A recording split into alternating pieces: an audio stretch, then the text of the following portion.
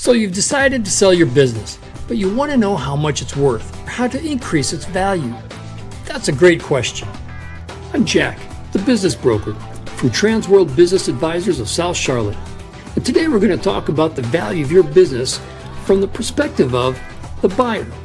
He is, after all, the one who will ultimately decide on its value. A buyer looks at your business much like buying a stock on the stock market.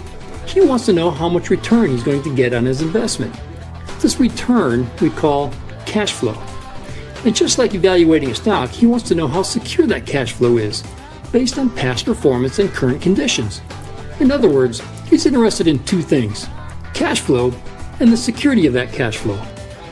There are lots of terms you might hear related to cash flow. Terms like SDE, owner benefit, or this awkward little acronym called EBITDA. For the sake of this discussion, let's just use discretionary earnings. That is, how much cash earnings is available to be used at the discretion of the owner. Great. Now where do we find that? Let's start by looking at your latest cash flow statement for the past year. How much of this cash flow is available to the owner to be used at his discretion? Standard rule of thumb says you take the net profit of the business plus discretionary items such as interest, taxes, or depreciation. With smaller businesses, you also include additional expenses that are non-operational or a direct owner benefit. You add all these up and presto, you have your discretionary earnings or cash flow. How much is the buyer willing to pay for this cash flow? It could be a multiple between 1 and 5 times that value. How do you know? That's where the second part of the value comes in, the security of that cash flow. At this point, the buyer wants to know how much of that cash flow will stick around after the sale.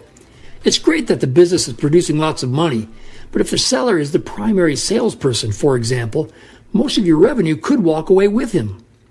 Things that increase the value of your business by securing the cash flow include things like a strong sales team, quality management, recurring revenue, or long-term contracts.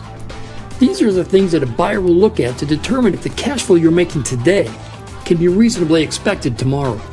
If a buyer sees strong numbers and secure cash flow, he'll be willing to pay top dollars for your business. Since there are so many variables in many different industries, the only way you can really be sure what the market might pay for your business is to talk to a professional business broker. I'm Jack, the business broker, and I have a team of agents who specialize in selling businesses just like yours. Call Transworld Business Advisors of South Charlotte.